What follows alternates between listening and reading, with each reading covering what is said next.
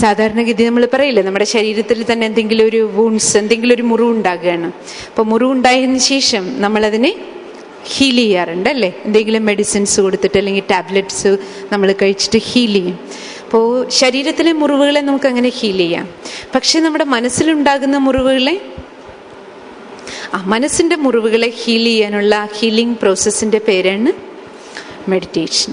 അപ്പോൾ മനസ്സിൻ്റെ മുറിവുകൾ അഥവാ മനസ്സിലുണ്ടാകുന്ന വൂൺസ് എന്താണ്? മനസ്സിലുണ്ടാകുന്ന മുറിവുകൾ എന്താണ്? ശരി, വിഷമങ്ങൾ, പിന്നെ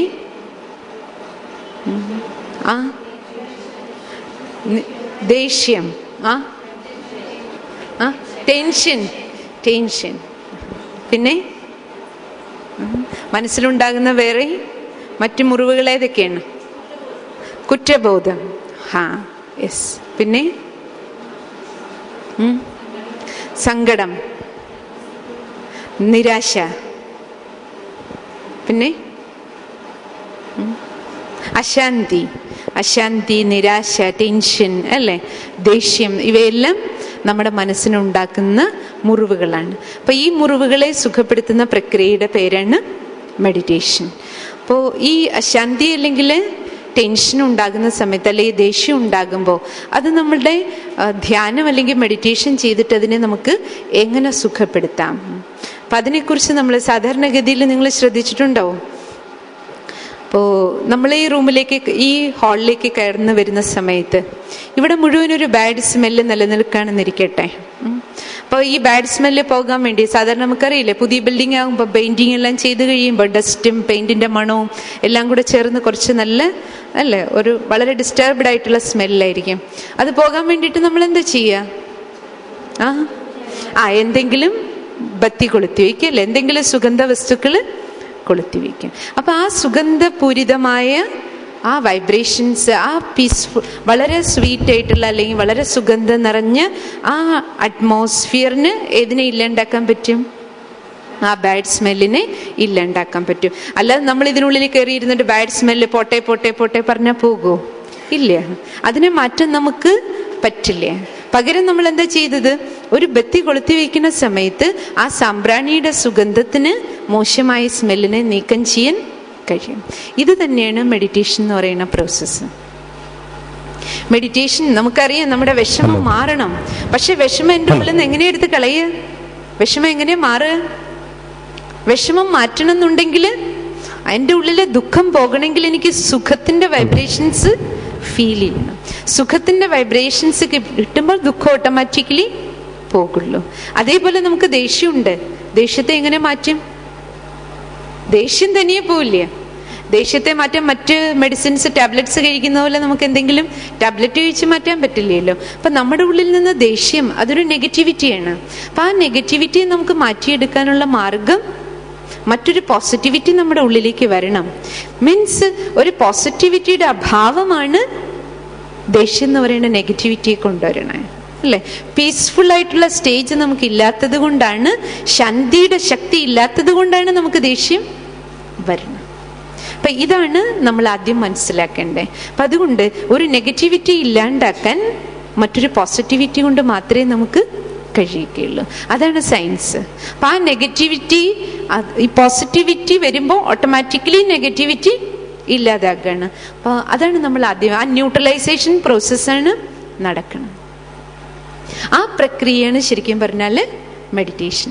അല്ലെങ്കിൽ തന്നെ നിങ്ങൾ ശ്രദ്ധിച്ചോളൂ, ഇപ്പം നമുക്ക് ദേഷ്യം വരിക ഏതെങ്കിലും ഒരു കാരണവശാൽ, ഇപ്പോൾ പ്രത്യേകിച്ച് നിങ്ങൾക്കറിയില്ലേ, ഇപ്പോൾ സ്കൂളിൽ പഠിപ്പിച്ചുകൊണ്ടിരിക്കുന്ന സമയത്ത് കുട്ടികൾ ആരെങ്കിലും ഒരാൾ പിന്നിൽ നിന്ന് സംസാരിക്കുക, രണ്ടുപേര് തമ്മിൽ, അല്ലെങ്കിൽ എന്തെങ്കിലും ഡിസ്റ്റർബൻസ് ഉണ്ടാക്കുക, അപ്പം നമുക്കുള്ളിൽ അസ്വസ്ഥത വരും.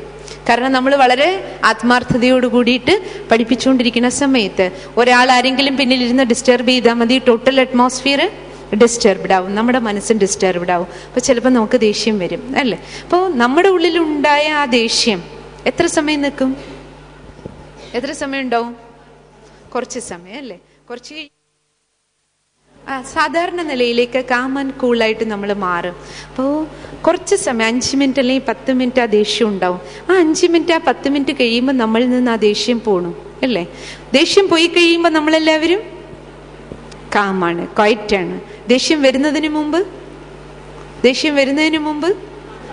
കാം ആൻഡ് ക്വയറ്റ് ആയിരുന്നു, കൂളായിരുന്നു അല്ലേ. അപ്പം ആ ദേഷ്യം എന്ന് പറയുന്ന ആ 5 minutes അല്ലെങ്കിൽ 10 minutes മാത്രമേ നമുക്കുണ്ടായിരുന്നുള്ളൂ അല്ലേ. അപ്പം അതിൽ നമ്മൾ എന്താ മനസ്സിലാക്കേണ്ടേ? നമ്മുടെ നാച്ചുറൽ നേച്ചർ ഏതാണ്? അപ്പോൾ ദേഷ്യപ്പെടുന്നതാണോ നമ്മുടെ നാച്ചുറൽ നേച്ചർ, അതോ കാം ആൻഡ് ക്വയറ്റ് ആയിട്ടിരിക്കുന്നതാണ്? നിങ്ങൾക്ക് എന്താ തോന്നണേ? എന്തുകൊണ്ട് എല്ലായ്പ്പോഴും ഇരിക്കാൻ, കൂടുതൽ സമയം ഇരിക്കാൻ കഴിയുന്നത് കാം ആൻഡ് ക്വയറ്റ് ആയിട്ടാണ് അല്ലേ. മീൻസ് നമ്മുടെ ഒറിജിനൽ നേച്ചർ അതായതുകൊണ്ടാണ് നമുക്ക് കൂടുതൽ സമയം അങ്ങനെ ഇരിക്കാൻ കഴിയുന്നത്. ബട്ട് ദേഷ്യം വന്നു അല്ലെങ്കിൽ ദുഃഖം വന്നു, ഒരു കാരണത്താൽ നമുക്ക് ഏതെങ്കിലും ഒരു കാരണത്താൽ അസ്വസ്ഥരായി, ആ അസ്വസ്ഥത അല്ലെങ്കിൽ ദേഷ്യം അധിക സമയം നമ്മളിൽ നിലനിൽക്കില്ല. കുറച്ച് സമയം കഴിയുമ്പോൾ ഓട്ടോമാറ്റിക്കലി എന്ത് ചെയ്യും? നമ്മുടെ ദേഷ്യം അല്ലെങ്കിൽ അസ്വസ്ഥത മാറുന്നുണ്ട്. അപ്പം അതിൽ നമ്മൾ മനസ്സിലാക്കേണ്ടത്, കൂടുതൽ സമയം നമുക്ക് എല്ലാവർക്കും ഇരിക്കാൻ കഴിയുന്നത് ഏത് ഫീലിങ്ങിലാണോ അതെല്ലാം തന്നെ പോസിറ്റീവ് ഫീലിങ്സ് ആയിരിക്കും. നെഗറ്റീവ് ഫീലിങ്സിൽ നമുക്കാർക്കും അധിക സമയം ഇരിക്കാൻ കഴിയില്ല. എന്താ കാരണം? എന്തുകൊണ്ട് നെഗറ്റീവ് ഫീലിങ്സിൽ നമുക്ക് അധിക സമയം ഇരിക്കാൻ പറ്റില്ല? അത് പോസിറ്റീവ് അല്ലാത്തത് കൊണ്ട് അല്ലേ. അപ്പൊ പോസിറ്റീവ്, ഇപ്പൊ സാധാരണഗതി നമ്മൾ പറയില്ലേ, ഒരു പാത്രത്തിൽ നമ്മൾ വെള്ളം എടുത്തു കഴിഞ്ഞാലേ, വെള്ളം സാധാരണ ടെമ്പറേച്ചറിൽ നിങ്ങൾ നോക്കിക്കോളൂ, എത്ര സമയം വേണമെങ്കിലും അങ്ങനെ ഇരിക്കും ഇല്ലേ. അതേ വെള്ളം നമ്മൾ ഫ്രീസറിൽ കൊണ്ടുവച്ചാലോ ഐസാവും അല്ലേ. അതിനെ കൊണ്ടുപോയി സ്റ്റൗവിൽ വെച്ച് ഹീറ്റ് ചെയ്ത ചൂടാവും, ബോയിലായിട്ട് വേപ്പറായിട്ട് മാറും അല്ലേ. വേപ്പറായിട്ട് മാറും, ഐസായിട്ട് ചേഞ്ച് ആവും. അതേസമയം വെള്ളം എന്ന് പറയുന്ന അവസ്ഥയിൽ എത്ര സമയം വേണമെങ്കിലും ഇരിക്കും. ഇനി വേപ്പർ കുറച്ച് കഴിഞ്ഞ് വീണ്ടും തണുത്തിട്ട് വെള്ളാകും, ഐസ് മെൽറ്റ് ചെയ്തിട്ട് വെള്ളമായിട്ട് മാറും അല്ലേ. ഐസിന് അധിക സമയം ഇങ്ങനെ ഇരിക്കാൻ പറ്റില്ല. എന്തുകൊണ്ടിരിക്കാൻ പറ്റില്ല? എന്തുകൊണ്ടെന്നാൽ വെള്ളത്തിന്റെ നാച്ചുറൽ നേച്ചർ എന്ന് പറയുന്നത് ഐസ് എന്ന് പറയുന്ന സ്റ്റേജ് അല്ല, വേപ്പർ എന്ന് പറയുന്ന സ്റ്റേജ് അല്ല. നാച്ചുറൽ നേച്ചർ ഏതാണ്? വെള്ളത്തിന്റെ ലിക്വിഡ് ഫോമാണ്. അപ്പൊ ആ ലിക്വിഡ് ഫോമിൽ മാത്രമേ വെള്ളത്തിന് സ്റ്റെബിലിറ്റി ഉള്ളൂ. ആ നാച്ചുറൽ നേച്ചർ ഏതാണോ, വാട്ടറിന്റെ നാച്ചുറൽ നേച്ചർ ലിക്വിഡ് ഫോമാണ്. അപ്പൊ ആ ലിക്വിഡ് ഫോമിൽ സ്റ്റെബിലൈസേഷൻ ഉണ്ട്, സ്റ്റെബിലിറ്റി ഉണ്ട്. അതേസമയം ആ ടെമ്പറേച്ചർ ചേഞ്ച് ആയി കഴിയുമ്പോൾ, നാച്ചുറൽ നേച്ചറിൽ നിന്ന് വ്യതിചലിച്ചു കഴിഞ്ഞാൽ, വെള്ളം എന്ന അവസ്ഥയിൽ നിന്ന് വേപ്പറായി കഴിഞ്ഞാലോ അല്ലെങ്കിൽ ഐസ് ആയി കഴിഞ്ഞാലോ അതിന്റെ സ്റ്റെബിലിറ്റി കുറയണം. മീൻസ് നാച്ചുറൽ നേച്ചറിൽ നിന്ന് ഡീവിയേറ്റ് ചെയ്യുമ്പോൾ ഓട്ടോമാറ്റിക്കലി സ്റ്റെബിലിറ്റി കുറയും. ഇത് തന്നെയാണ് നമ്മുടെ ലൈഫിൽ, നമ്മുടെ ജീവിതത്തിന്റെ അവസ്ഥ ഇത് തന്നെയാണ്. നമ്മുടെ നാച്ചുറൽ നേച്ചർ ഏതായിരിക്കണം? അപ്പോൾ കാംനെസ് ആണ് അല്ലേ, ക്വയറ്റ്നെസ് ആണ്, പീസ്, ഹാപ്പിനെസ് അല്ലേ, ശാന്തി, സുഖം, പിന്നെ സന്തോഷം അല്ലേ. പീസ്ഫുൾ ആയിട്ടിരിക്കാൻ, ഹാപ്പി ആയിട്ടിരിക്കാൻ, സന്തോഷമായിട്ടിരിക്കാൻ അല്ലേ, എനർജറ്റിക് ആയിട്ടിരിക്കുക. ഈ പോസിറ്റീവായിട്ടുള്ള ഫീലിങ്സ് നമുക്ക് തരുന്നത് എന്താണോ അതാണ് നമ്മുടെ നാച്ചുറൽ നേച്ചർ. അപ്പം ആ നാച്ചുറൽ നേച്ചറിൽ എപ്പോഴാണോ നമ്മൾ സ്ഥിതി ചെയ്യുന്നത്, അപ്പോൾ നമുക്ക് സ്റ്റെബിലിറ്റി ഉണ്ട്. ആരെങ്കിലും പറയോ എനിക്ക് സന്തോഷമായിട്ടിരിക്കാനേ പറ്റണില്ല, എൻ്റെ സന്തോഷം ഒന്ന് പോയി കിട്ടിയാൽ മതി, അങ്ങനെ ആരെങ്കിലും പറയോ? ഇല്ല. അതേസമയം നമ്മൾ ഡിസ്റ്റർബ് ആയി കഴിഞ്ഞാൽ, അസ്വസ്ഥയായി കഴിഞ്ഞാൽ ഉടനെ നമ്മൾ എന്ത് പറയും? എങ്ങനെയെങ്കിലും എനിക്കൊന്ന് സ്വസ്ഥത കിട്ടണം. ആരെങ്കിലും നമ്മളെ വന്ന് ആ സമയത്ത് കുറച്ചും കൂടി ഡിസ്റ്റർബ്, നമ്മുടെ അടുത്തേക്ക് വന്നാലും കൂടി എന്താ പറയാ? എന്നെ ശല്യപ്പെടുത്താതെ പോ, ഞാനൊന്ന് സ്വസ്ഥമായിട്ടിരുന്നോട്ടെ, അങ്ങനെയല്ലേ നമ്മൾ പറയാ. അപ്പം അതിൻ്റെ അർത്ഥം എന്താണ്? സ്വസ്ഥമായിട്ട് നമുക്ക് എത്ര സമയം വേണമെങ്കിലും ഇരിക്കാം, അസ്വസ്ഥമായിട്ട് നമുക്ക് അധിക സമയം ഇരിക്കാൻ പറ്റില്ല. ഈവൻ നമ്മുടെ ആരെങ്കിലും ക്ലോസ് റിലേറ്റീവിൻ്റെ വേർപാട് തന്നെ നമ്മൾ ആലോചിച്ച് നോക്കൂ. ആരെങ്കിലും നമ്മുടെ ക്ലോസ് ആയിട്ടുള്ള വളരെ അടുത്ത നമ്മുടെ അച്ഛൻ അല്ലെങ്കിൽ അമ്മ അല്ലെങ്കിൽ ഹസ്ബൻഡ് അല്ലെങ്കിൽ വൈഫ് അല്ലെങ്കിൽ കുട്ടികൾ, വളരെ ക്ലോസ് റിലേറ്റീവ് ആരെങ്കിലും പെട്ടെന്ന് വേർപാട്, അവരുടെ വേർപാട് നമുക്ക് താങ്ങാൻ പറ്റില്ലല്ലോ അത്ര വേഗം. അപ്പം അവരുടെ മരണം, അതുപോലെ നമുക്ക് നൽകുന്ന ദുഃഖം നമ്മൾ നോക്കി എത്ര ദിവസം നമുക്ക് ദുഃഖിച്ചിരിക്കാൻ പറ്റും? എത്ര ദിവസം നമ്മൾ കരഞ്ഞുകൊണ്ടിരിക്കും? കുറച്ച് കഴിയുമ്പോൾ എന്താവും? നാച്ചുറലി കുറച്ച് ദിവസം കഴിയുമ്പോൾ ആ ദുഃഖത്തിൽ നിന്ന്, ആ കരച്ചിൽ നിന്ന്, സങ്കടത്തിൽ നിന്ന് പുറത്തേക്ക് വരാൻ വേണ്ടി നമ്മൾ എന്തെങ്കിലും ചെയ്യാറുണ്ട് അല്ലേ. അപ്പം അതിൽ നമ്മൾ എന്താ മനസ്സിലാക്കേണ്ടത്? ദുഃഖത്തിലും അശാന്തിയിലും അസ്വസ്ഥതയിലും ഏതൊരു നെഗറ്റീവ് ഫീലിങ്സിലും നമുക്കാർക്കും അധിക സമയം ഇരിക്കാൻ കഴിയില്ല. മീൻസ് നമ്മുടെ എല്ലാവരുടെയും നാച്ചുറൽ നേച്ചർ പോസിറ്റിവിറ്റിയാണ്. അപ്പം ആ പോസിറ്റിവിറ്റിയിലേക്ക് തിരിച്ചു വരാൻ നമുക്ക് കഴിയണം. പക്ഷെ ഇപ്പം നമ്മൾ ഓരോരുത്തരെ ആലോചിച്ച് നോക്കുക, ആ പോസിറ്റിവിറ്റിയുടെ ഫീലിങ്സ് നമുക്കൊരു ദിവസത്തിൽ എത്ര സമയമുണ്ട്? പീസ്ഫുൾ ആയിട്ട് എത്ര സമയം ഇരിക്കുന്നുണ്ട്? ഒരു ഗ്രാഫ് വരച്ച് നോക്കിയേ, പീസ്ഫുൾ ആയിട്ടിരിക്കണ എത്ര സമയമുണ്ട്? ഹാപ്പി ആയിട്ടിരിക്കണ എത്ര സമയമുണ്ട്? ലവ്ഫുൾ ആയിട്ടിരിക്കണ എത്ര സമയമുണ്ട്? എനർജറ്റിക് ആയിട്ടിരിക്കണ എത്ര സമയമുണ്ട്?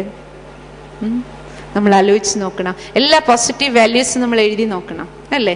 സത്യതയില്, ശുദ്ധിയില്, ശാന്തിയില്, സ്വസ്ഥതയില്, വളരെ പവർഫുൾ ആയിട്ട് നമ്മൾ ഇരിക്കുന്ന എത്ര നിമിഷങ്ങൾ, ഒരു ദിവസത്തിലെ 24 hours എത്ര മിനിറ്റുകൾ അല്ലെങ്കിൽ എത്ര മണിക്കൂറുകൾ എനിക്ക് ഇങ്ങനെ ഇരിക്കാൻ കഴിയണം? നിങ്ങൾക്ക് എന്ത് തോന്നുന്നു? ഒരു ദിവസത്തിന്റെ എത്ര % അങ്ങനെ ഇരിക്കാൻ പറ്റുന്നുണ്ട്? ഫ്യൂ മിനിറ്റ്സ്, ഫ്യൂ സെക്കൻഡ്സ്, പിന്നെ ഒരു എത്ര % ഉണ്ടാവും? 50, 25, 12, 10.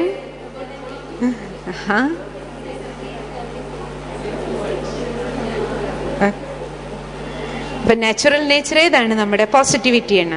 അപ്പൊ ആ നാച്ചുറൽ നേച്ചറിലാണ് നമ്മുടെ സ്റ്റെബിലിറ്റി. സ്റ്റേബിൾ ആയിരിക്കണം നമ്മൾ അപ്പോൾ മാത്രമാണ് അല്ലേ? പക്ഷെ ഇപ്പൊ എന്തുകൊണ്ട് നമുക്ക് ഇപ്പൊ നേരത്തെ പറഞ്ഞില്ലേ, ടെൻഷൻ അല്ലെങ്കിൽ അസ്വസ്ഥത എന്തുകൊണ്ട് നമുക്ക് കൂടി വരുന്നു? എന്തുകൊണ്ട് കൂടി വരുന്നു? എന്തുകൊണ്ടെന്നാല് അതിൽ നമ്മൾ റിയലൈസ് ചെയ്യേണ്ടത് എന്താണ്?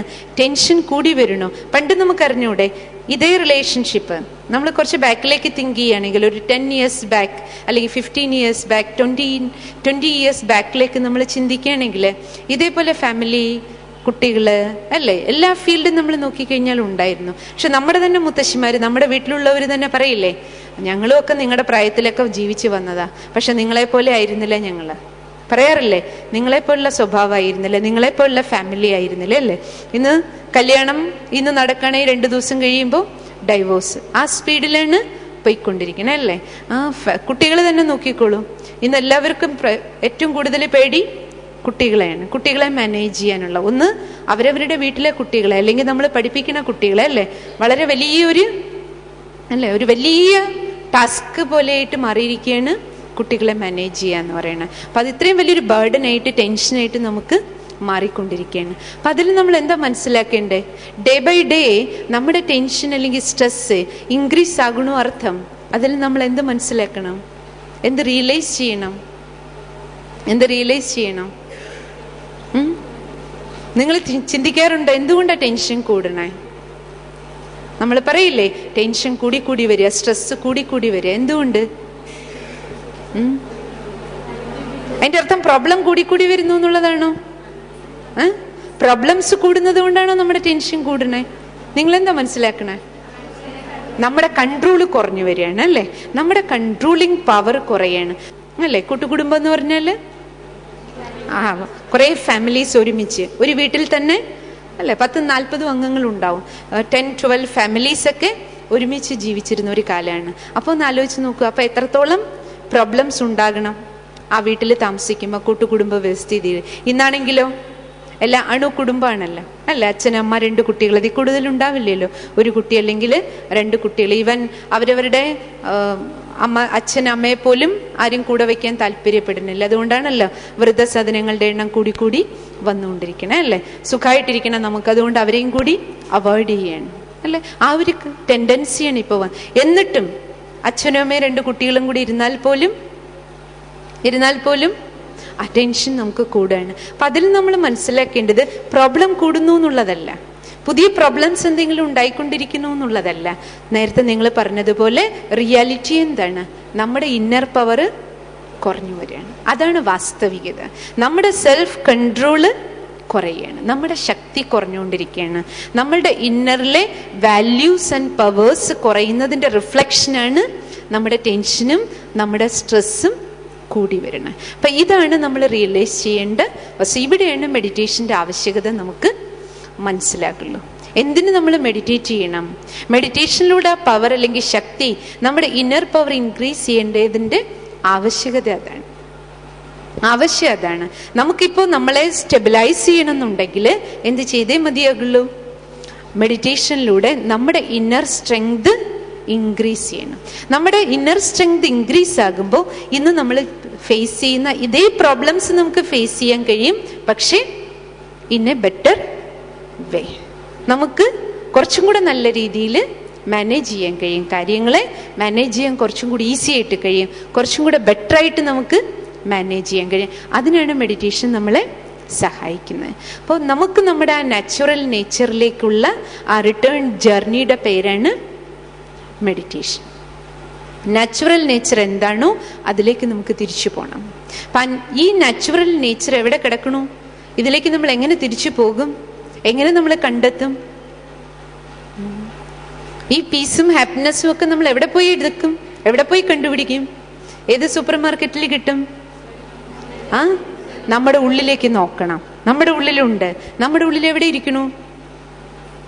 നമ്മുടെ ഉള്ളിൽ എവിടെയുണ്ട്? നമ്മുടെ മനസ്സിലുണ്ട്. മനസ്സെവിടെയാണ്? ഈ ശരീരം ഓപ്പറേറ്റ് ചെയ്തിട്ട് ഡോക്ടേഴ്സ് മനസ്സ് ഇതുവരെ കണ്ടുപിടിച്ച് തന്നിട്ടുണ്ട്, ഇതാണ് മനസ്സ് പറഞ്ഞിട്ട്. കാണാൻ പറ്റില്ല. പിന്നെ നമ്മുടെ ചിന്തകളാണ്. ചിന്തിക്കാനുള്ള കഴിവുണ്ട് നമുക്ക്. ആ ചിന്തിക്കാനുള്ള കഴിവിനെയാണ് മനസ്സെന്ന് പറയണം. നമ്മുടെ തോട്ട്സിൽ നിന്ന് നമുക്കതിനെ കണ്ടെത്താൻ കഴിയും. അപ്പോൾ അത് നമുക്ക് നമ്മുടെ തോട്ട്സ് അല്ലെങ്കിൽ നമ്മുടെ മൈൻഡ്, നിങ്ങൾ പറഞ്ഞത് വളരെ കറക്റ്റാണ്. അതായത് സുഖവും ശാന്തിയും ശക്തിയും എല്ലാം നമ്മുടെ തന്നെ ഉള്ളിലുണ്ട്. ഉള്ളിലുണ്ടർത്ഥം നമ്മുടെ സങ്കല്പങ്ങൾക്കുള്ളിലുണ്ട്, നമ്മുടെ വിചാരങ്ങൾക്കുള്ളിൽ കിടക്കണത്. നമുക്ക് വിചാരിച്ചാൽ പീസ്ഫുൾ ആയിരിക്കാം, വിചാരിച്ചാൽ നമുക്ക് അസ്വസ്ഥരാക്കാം. രണ്ടും നമ്മുടെ സങ്കല്പത്തിൻ്റെ പവറാണ്, മൈൻഡിൻ്റെ പവറാണ്. മൈൻഡിനെ നമുക്ക് പീസ്ഫുൾ ആക്കി വെക്കുകയും ചെയ്യാം, അസ്വസ്ഥാക്കി മാറ്റി വെക്കുകയും ചെയ്യാം. രണ്ടും ആരുടെ കയ്യിലാണ്? എൻ്റെ കയ്യിലാണ്. നമ്മൾ പറയില്ലേ നമ്മുടെ ജീവിതം നമ്മുടെ കയ്യിലാണ്. അതിൻ്റെ അർത്ഥം എന്താ? എങ്ങനെ വേണമെങ്കിലും നമുക്ക് ജീവിതത്തെ ഉയർത്താം, എങ്ങനെ വേണമെങ്കിലും താഴ്ത്താം. എൻ്റെ ജീവിതം എൻ്റെ കയ്യിലാണ്. അർത്ഥം എന്നെ ഡിപ്പെൻഡ് ചെയ്തിരിക്കുക, എൻ്റെ തോട്ട്സിനെ ഡിപ്പെൻഡ് ചെയ്തിരിക്കുക. അപ്പം നമ്മുടെ ഈ ചിന്തകള്, നമ്മുടെ സങ്കല്പശക്തി എന്ന് പറയുന്നത് ബോഡിയുടെ പാർട്ടല്ല. ആണോ? അല്ല, ബോഡിയുമായി ബന്ധപ്പെട്ടതല്ല. ശരീരം നമുക്കറിയാം, ഇത് 5 എലമെന്റ്സ് കൊണ്ട് നിർമ്മിച്ചതാ. ഈ ശരീരത്തിലുള്ള ഓരോ പാർട്ടും ഓപ്പറേറ്റ് ചെയ്ത് ഡോക്ടേഴ്സ് ഇതാണ് നമുക്ക് പഠിപ്പിച്ചു തന്നിട്ടുണ്ട്. പക്ഷെ അങ്ങനെ ഓപ്പറേറ്റ് ചെയ്ത് പഠിപ്പിക്കുന്നതിൽ ഒരു ഭാഗം ഇത് മനസ്സാണെന്ന് പറഞ്ഞ് കാണിച്ചു തന്നിട്ടുണ്ടോ? ഇവിടെയാണ് ചിന്ത നടക്കണേ. ബ്രെയിനിനെ കുറിച്ച് നമുക്കറിയാം, പക്ഷെ മനസ്സുണ്ടെന്ന് നമുക്ക് ഫീലിംഗ് ഉണ്ട്. ഏതാ ഫീലിംഗ്? ചിന്ത നടക്കുന്നുണ്ട് അല്ലേ? ചിന്തിക്കാൻ നമുക്ക് കഴിയുന്നുണ്ട്. അതുകൊണ്ട് മനസ്സുണ്ട്, അഥവാ സങ്കല്പങ്ങൾ നടക്കുന്നുണ്ട്. അതുകൊണ്ട് നമുക്ക് ഫീൽ ചെയ്യണം മനസ്സുണ്ട്. പക്ഷെ ബോഡിയിലെ മൈൻഡിനെ നമുക്ക് കാണിച്ചു തരാൻ ഒരു ഡോക്ടേഴ്സിനും കഴിഞ്ഞിട്ടില്ല. അതിൽ നിന്നും നമ്മൾ എന്ത് മനസ്സിലാക്കണം? മനസ്സെന്ന് പറയുന്നത് ശരീരത്തിന്റെ ഭാഗമല്ല. അപ്പൊ നമ്മുടെ ഈ ശരീരത്തെ പ്രവർത്തിപ്പിക്കുന്നത് ആരാണ്? അപ്പൊ ഈ മനസ്സ് എവിടെ നിലനിൽക്കുന്നത്? ചിന്തിക്കാനുള്ള ശക്തി എന്ന് പറയുന്നത്, ആ പവർ എവിടെയാണ് നടക്കുന്നത്? ചിന്താശക്തി, സങ്കല്പശക്തി എന്ന് പറയുന്നത് എവിടെയാണ് നടക്കണേ? ബ്രെയിനില്ലേ? ബ്രെയിനിലാണെങ്കിലും കാണിച്ചു തരണ്ടേ നമുക്ക് ഡോക്ടേഴ്സ്? ബ്രെയിൻ എന്ന് പറയുന്നതും ബോഡിയുടെ പാർട്ടല്ലേ? ആണ്. പിന്നെ മനസ്സിലാണ്. മനസ്സെവിടെയാണ്? സാധാരണ നോക്കിക്കോളൂ, നമ്മൾ മനുഷ്യൻ എന്ന് പറയുമ്പോൾ നമ്മുടെ പേര് ഹ്യൂമൻ ബീങ് എന്നല്ല ഇംഗ്ലീഷിൽ പറയണേ. സിസ്റ്റർ എന്തിനു വേണ്ടി ചോദിക്കണമെന്ന് ചോദിച്ചാൽ നിങ്ങളുടെ ഉള്ളിൽ കുറച്ച് കാര്യങ്ങളുണ്ട്, അപ്പം അത് വെച്ചിട്ട് പറയുമ്പോൾ നിങ്ങൾക്ക് കുറച്ച് ഈസിയാകും, അതിനുവേണ്ടി ചോദിക്കുകയാണ്. അപ്പോൾ അതായത് നമ്മുടെ ഈ ശരീരം നമ്മളെ ഹ്യൂമൻ ബീങ് എന്നാ പറയണത് അല്ലേ? മാനവനെ. Human being means humus plus being. ഇത് രണ്ടും കൂടെ ചേരുന്നതാണ് ഹ്യൂമൻ ബീങ്. ഹ്യൂമസ് എന്ന് പറയുന്ന ലാറ്റിൻ വേർഡിന്റെ മീനിങ് സോയിൽ എന്നാണ്. സോയിൽ മീൻസ് മണ്ണ് അല്ലേ? Soil plus being. നമ്മളിലെ ബീങ് എന്താണ്? ബീങ് എന്ന് പറയുന്നത് എന്തിനെയാണ്? ലിവിങ്ങിനെയാണ് അല്ലേ? ഏതെങ്കിലും ലിവിങ്ങിനെയാണ് നമ്മൾ ബീങ് എന്ന് പറയുള്ളൂ. അപ്പൊ നമ്മുടെ ഈ ബോഡിയിൽ ലിവിങ് ആയിട്ടുള്ളത് എന്താ?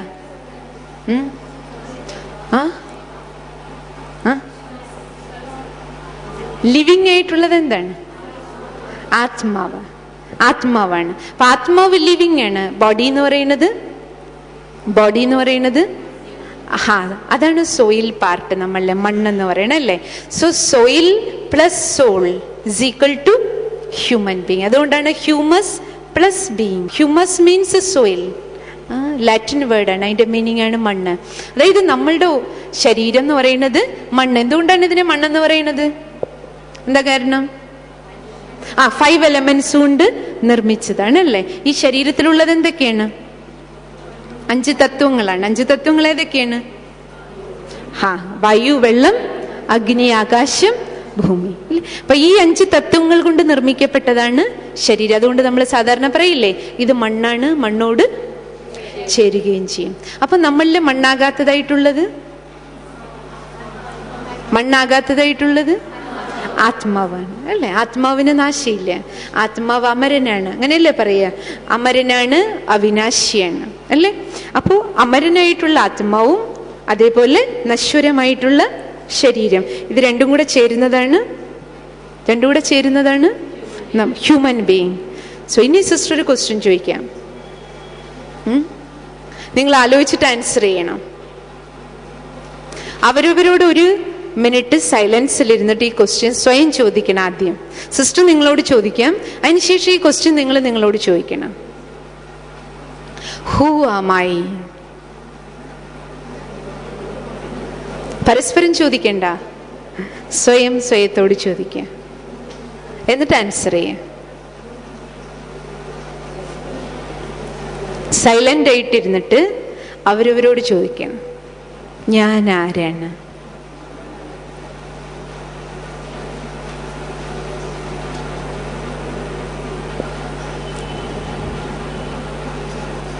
ആൻസർ കിട്ടിയോ? എഴുന്നേറ്റ് നിന്നിട്ട് പറയണ, മൈക്ക് വേണച്ച തരാം നിങ്ങൾക്ക്. ആരാൻസർ ചെയ്യും?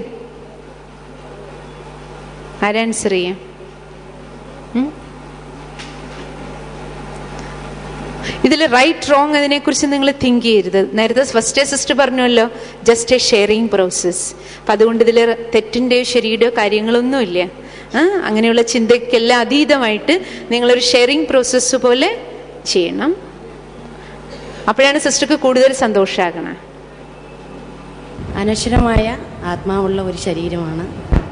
അനശ്വരമായ ആത്മാവ് ഉള്ള ഒരു ശരീരമാണ്. Okay, good. ഇനി ആര് പറയും? ക്വസ്റ്റ്യൻ ക്ലിയർ അല്ലേ? എന്താ സിസ്റ്റർ ചോദിച്ച ക്വസ്റ്റ്യൻ? ഞാൻ ആരാണ്? ഇനി പറഞ്ഞു. ഇനി ആര് പറയും? നിങ്ങൾ കൈ ഉയർത്തിയാൽ മതി, മൈക്ക് നിങ്ങളുടെ അടുത്ത് കൊണ്ടുവരാം. ഞാൻ ഈശ്വരനാണ്. ഓക്കെ, വേറെ ആര് പറയും? പറയും.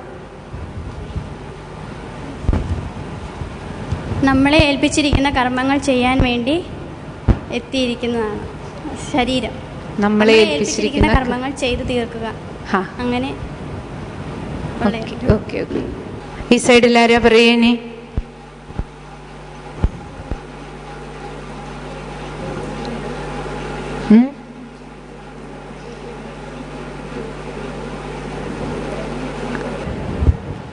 ഞാനെന്ന് പറയുന്നത് എൻ്റെ ശരീരം, എൻ്റെ ചുറ്റുപാട്, എൻ്റെ ചിന്തകൾ, എൻ്റെ വികാരങ്ങൾ, എൻ്റെ തോന്നലുകൾ, ഇതൊക്കെയാണ് ഞാൻ. ഇനി ആര് പറയും?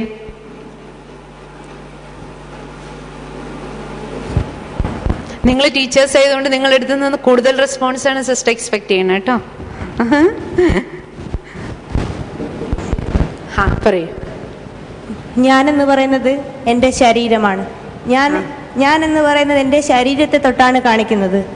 അതുകൊണ്ട് ഞാൻ എന്ന് പറയുന്നത് എൻ്റെ ശരീരം ആണെന്നാണ് തോന്നുന്നത്. Okay, good. വേറെ ആര് പറയുന്നേ? ടീച്ചർ വരും. ബുക്ക് കയ്യിൽ വെച്ചോളൂ, പെന്നെ എടുത്തോളൂ.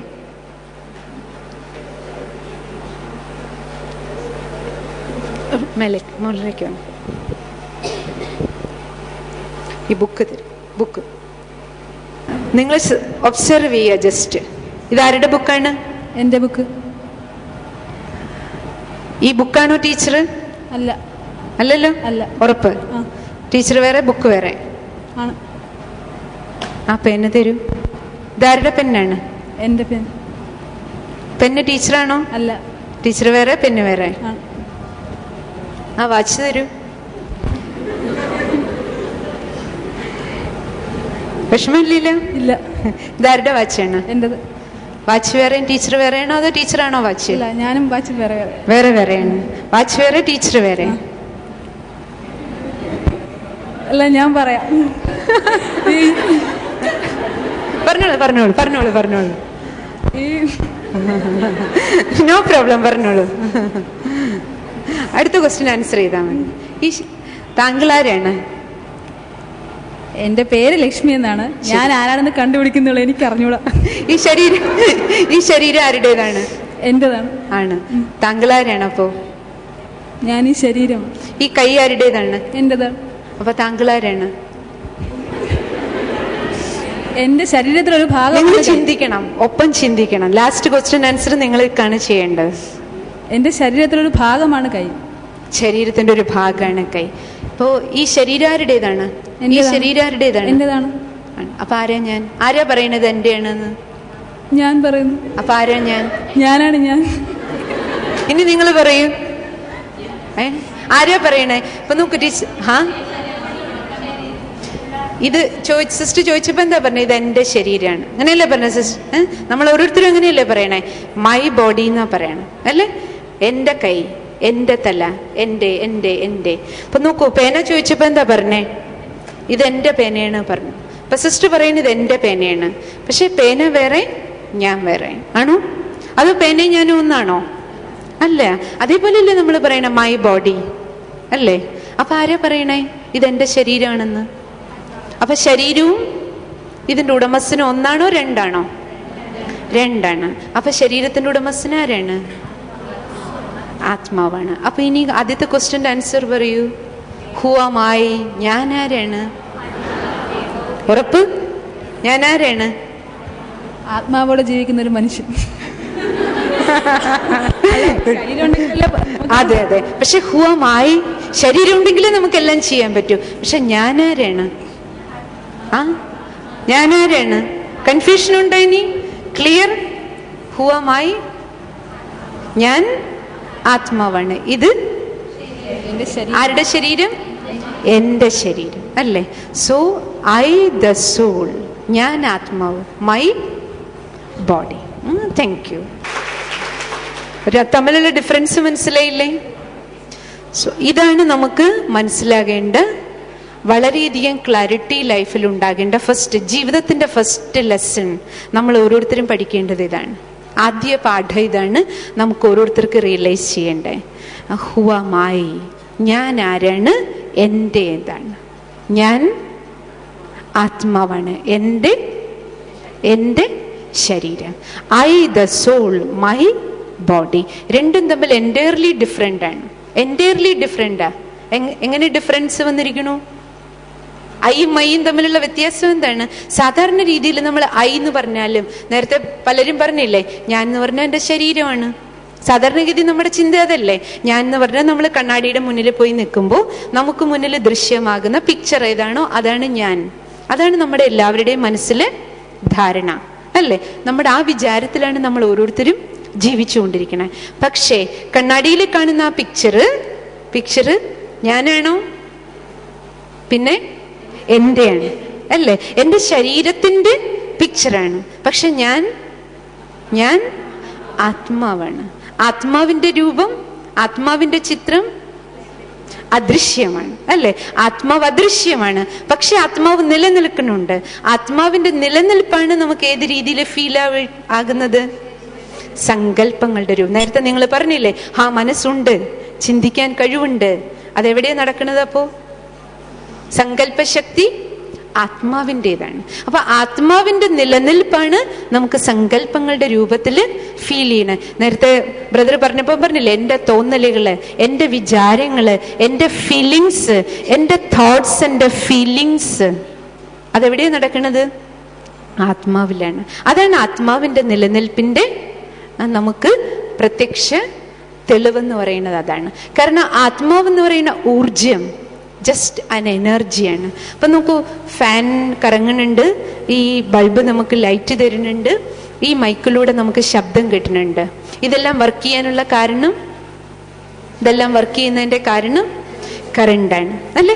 കറണ്ട് പോയി കഴിഞ്ഞാൽ സഡനായിട്ട് ഇതെല്ലാം ഓഫാകും. അപ്പൊ നമ്മളെല്ലാവരും എന്ത് പറയും? കറണ്ട് പോയി. മൈക്ക് ഇവിടെ തന്നെ ഉണ്ട്. കറണ്ട് പോയതും ഈ ഇൻസ്ട്രുമെന്റ് പ്രവർത്തിക്കാതെ, അല്ലേ? അതേപോലെ നോക്കൂ, നമ്മുടെ ശരീരത്തില് കേൾക്കാനുള്ള ഇൻസ്ട്രുമെന്റ് ഉണ്ട്, കാണാനുള്ള ഇൻസ്ട്രുമെന്റ് ഉണ്ട്, സംസാരിക്കാനുള്ള ഇൻസ്ട്രുമെന്റ് ഉണ്ട്, അല്ലേ? ഇവയെല്ലാം ചേർത്ത് വെച്ചിരിക്കുന്ന ഒരു വലിയ മെഷീനാണ് ഹ്യൂമൻ ബോഡി. ഒരു വലിയ മെഷീനാണ്. ഇതിന്റെ എല്ലാം കോർഡിനേഷൻ നടക്കുന്നത്, ഇതിന്റെ എല്ലാം കൺട്രോളിങ് നടക്കുന്ന കൺട്രോൾ റൂമാണ് ബ്രെയിൻ. കൺട്രോൾ റൂമാണ് brain. But who is the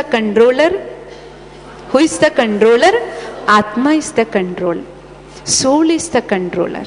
അപ്പൊ ആത്മാവും ഈ ബോഡിയും തമ്മിൽ പ്രവർത്തിപ്പിക്കുന്ന ആ മീഡിയമാണ് ബ്രെയിൻ എന്ന് പറയുന്നത്. ആത്മാവ് അഥവാ ആത്മീയ ഊർജം, സോളിനെ കുറിച്ച് പറയുന്നത് soul is a divine energy. അത് ദിവ്യമായ ഊർജമാണ്. സ്പിരിച്വൽ എനർജി, ഡിവൈൻ ലൈറ്റ് എന്നാണ് പറയുന്നത്. ദിവ്യമായ ഊർജമാണ്, നമുക്ക് ഈ കണ്ണുകൾ കൊണ്ട് കാണാൻ കഴിയാത്തത്. പക്ഷെ എങ്കിലും നമുക്ക് ഭാവന ചെയ്യണം എന്നുണ്ടെങ്കിൽ പറയാം, നക്ഷത്രം പോലെ അല്ലെങ്കിൽ മിന്നാമിനുങ്ങ് പോലെ തിളങ്ങുന്ന ഒരു വെളിച്ചം. അങ്ങനെയല്ലേ പറയാറുള്ള സാധാരണ.